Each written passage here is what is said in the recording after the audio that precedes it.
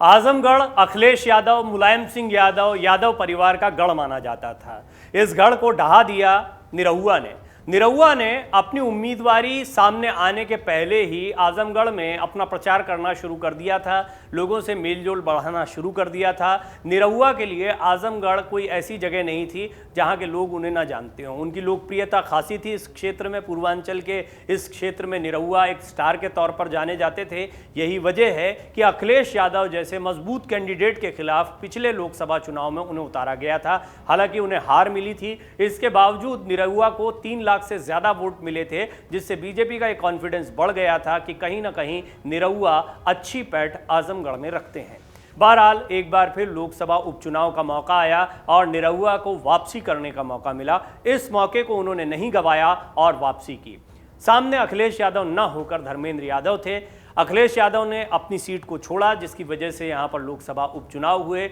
अखिलेश यादव ने नेता प्रतिपक्ष के रूप में उत्तर प्रदेश विधानसभा में रहना चुना, उत्तर प्रदेश की राजनीति पर फोकस करना चुना और यही वजह रही कि इस सीट पर दोबारा चुनाव हुए। बहरहाल ये चुनाव समाजवादी पार्टी के लिए बहुत बड़ा झटका साबित हुए। कहा यह भी जा रहा है कि अखिलेश यादव इन चुनाव में कहीं नहीं थे, ना तो प्रत्याशियों के चयन में, ना प्रचार के दौरान। इसीलिए हार की बहुत ज़्यादा जिम्मेदारी उन पर आएगी, ये सोच उनकी रही होगी कि उन पर कोई बहुत ज़्यादा जिम्मेदारी नहीं आएगी। लेकिन इसके बावजूद अखिलेश यादव का चुनाव प्रचार में नहीं जाना ये बहुत अखरा समाजवादी पार्टी कार्यकर्ताओं को। अब कुछ महत्वपूर्ण बातें। निरहुआ कह रहे हैं कि मैं अखिलेश यादव की तरह आजमगढ़ को छोड़कर भागूंगा नहीं, आजमगढ़ में ही रहूंगा। दरअसल इस बात के बहुत से मायने हैं। निरहुआ एक स्टार हैं और उनकी खासी लोकप्रियता है। रवि किशन, मनोज तिवारी के बाद वो तीसरे भोजपुरी के स्टार हैं जो बीजेपी में एक मजबूत राजनीतिक चेहरा भी बनकर उभरे हैं। पूर्वांचल की राजनीति में इन भोजपुरी कलाकारों का बहुत महत्व होता है। पूर्वांचल एक ऐसा क्षेत्र रहा है जहां पर समाजवादी पार्टी और बहुजन समाज पार्टी दोनों का दखल रहा है और इसी तरह अपना दल के जो दोनों खेमे हैं उनका भी अच्छा खासा दखल रहा है। ऐसे में बीजेपी को यहाँ पर कुछ मजबूत चेहरों की तलाश है। आजमगढ़ तो वो जगह रही है जहां पर बीजेपी कभी सेंध लगा पाएगी, ये सोचना भी उनके लिए मुश्किल होता था। यही वजह है कि लोकसभा उपचुनाव में इस जीत के बाद बीजेपी खासी उत्साहित है। हालांकि इस जीत की बहुत बड़ी वजह बहुजन समाज पार्टी का भी मैदान में होना है और गुड्डू जमाली का बहुत बड़ा वोट प्रतिशत अपने साथ ले जाना, जो कभी समाजवादी पार्टी के साथ था, वो भी एक बड़ी वजह रही।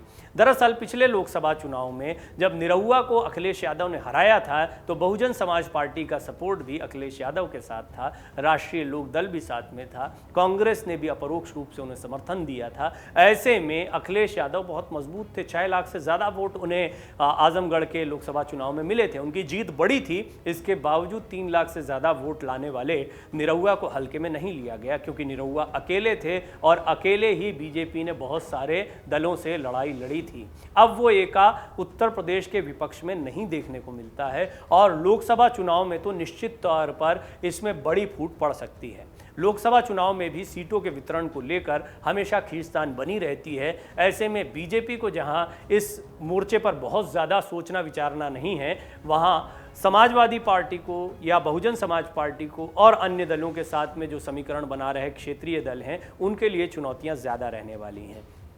निरहुआ आजमगढ़ को अपना गढ़ इसलिए बनाना चाहते हैं कि आगामी लोकसभा चुनाव में निश्चित तौर पर वही बीजेपी की तरफ से एक बड़ा चेहरा बनकर उभरेंगे और आगामी लोकसभा चुनाव में बीजेपी उन्हें ही मैदान में उतारेगी। ये 2.5 साल का समय सिर्फ जीत का जश्न मनाने के लिए इस्तेमाल नहीं करना चाहते हैं निरहुआ, और वो यहाँ पर एक बार फिर जीत दर्ज करना चाहते हैं। वहीं गुड्डू जमाली जैसे प्रत्याशी भी यहाँ पर मौजूद हैं। यदि गुड्डू जमाली को समाजवादी पार्टी समर्थन करती है या फिर बहुजन समाज पार्टी किसी प्रत्याशी को समाजवादी पार्टी समर्थन करती है या फिर एक बार फिर समाजवादी पार्टी का कोई ऐसा उम्मीदवार उतरे जिसके पक्ष में बहुजन समाज पार्टी अपने उम्मीदवार को न उतारे, तो यहाँ का चुनावी गणित पूरी तरह से बदल सकता है। लिहाजा निरहुआ के लिए एक बहुत बड़ी चुनौती होगी कि वो आजमगढ़ में अपनी ज़मीन को लगातार मजबूत करते रहें। इसके लिए वो शहर में लगातार बने हुए हैं, आजमगढ़ की जनता के बीच में वो चुनाव के बाद भी जा रहे हैं और निश्चित तौर पर आगामी 2.5 साल में वो कुछ ऐसे काम करना चाहेंगे कि वो ज़्यादा से ज़्यादा आजमगढ़ के लोगों को अपनी तरफ आकर्षित कर पाएं। बीजेपी भी उनकी इस ज़रूरत को समझती है और उनका सपोर्ट किया जाएगा। यही वजह है कि निरहुआ आजमगढ़ को अपना गढ़ बनाने में जुट गए हैं।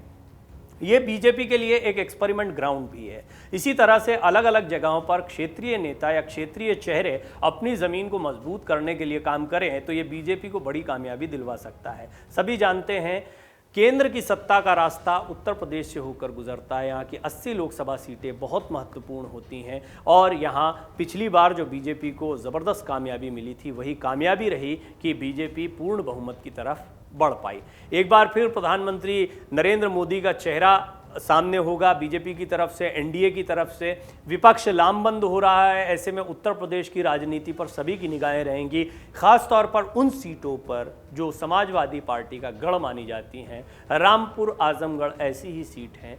घनश्याम लोधी ने तो रामपुर में एक तरफा जीत हासिल की है। उन्होंने यहाँ पर ये साबित कर दिया है कि वो अपने दम पर लोगों के बीच में जाकर वोट बटोर सकते हैं। और आजमगढ़ में निरहुआ का बड़ा क्लोज मुकाबला रहा है। 8 से 10 हज़ार के बीच का जो फासला होता है वोटों का, ये बहुत बड़ा अंतर नहीं होता लोकसभा चुनाव के लिहाज से। और गुड्डू जमाली ने यहाँ पर बड़ा समीकरण खेला है। बहुजन समाज पार्टी भी यही काम करना चाहेगी। समाजवादी पार्टी अपने इस हारे हुए किले को दोबारा हासिल करना चाहेगी। निश्चित तौर पर यह तो तय माना जा रहा है कि समाजवादी पार्टी अब रिस्क नहीं लेगी और यहां से अखिलेश यादव उतरेंगे नहीं उतरेंगे इस पर भी सवालिया निशान खड़ा होगा, क्योंकि बीजेपी की ये रणनीति है कि वो बड़े चेहरों को पहले हराए। आप जानते हैं बीजेपी को जीत मिली, लेकिन सिराथू से केशव प्रसाद मौर्य की हार ज़्यादा चर्चा में रही थी और यही वजह रही कि कोई भी बड़ा चेहरा जब हारता है तो वो पार्टी बेशक जीत जाती है लेकिन जीत फीकी सी हो जाती है। बीजेपी की कोशिश है कि बड़े चेहरों पर वो हमला करे, जैसे कि अमेठी में राहुल गांधी को हराना ये बीजेपी के पूरे देश में एक बड़ी जीत मानी गई थी। हालांकि अमेठी के अपने स्थानीय समीकरण थे। आजमगढ़ की सीट इसी लिहाज से महत्वपूर्ण है क्योंकि ये यादव परिवार की परंपरागत सीट है। बेशक यहाँ से अखिलेश यादव ने सीट को छोड़ा, डिंपल यादव को नहीं उतारा, फिर भी उतरे धर्मेंद्र यादव जो उनके चचेरे भाई हैं। मुलायम सिंह यादव की सीट रही है आजमगढ़। ऐसे में इससे यादव परिवार की और समाजवादी पार्टी की प्रतिष्ठा भी जुड़ी रही है और इसी प्रतिष्ठा पर बीजेपी हमला करना चाहती है। इसीलिए निरहुआ लगातार आजमगढ़ में बने हुए हैं और जिस तरह स्मृति ईरानी ने अमेठी में अपनी ज़मीन को तैयार किया, मजबूत किया और राहुल गांधी को वो हराने में कामयाब हुई, निरहुआ आगामी चुनाव में भी समाजवादी पार्टी के प्रत्याशी या यादव परिवार से कोई भी प्रत्याशी अगर यहाँ पर चुनावी मैदान में उतरता है तो उसे हराने का पूरा प्रयास करेंगे और इसके लिए उनके पास आने वाले समय में एक बड़ा मौका है। यही वजह है निरहुआ आजमगढ़ को अपना गढ़ बनाने में जुटे हुए। डाउनलोड करें अमर उजाला ऐप और पाएं खबरें लगातार। अगर आप ये वीडियो YouTube पर देख रहे हैं तो हमारे चैनल को सब्सक्राइब करें और बेल आइकन को दबाना ना भूलें। अगर आप Facebook पर ये वीडियो देख रहे हैं तो हमारे पेज को लाइक करें।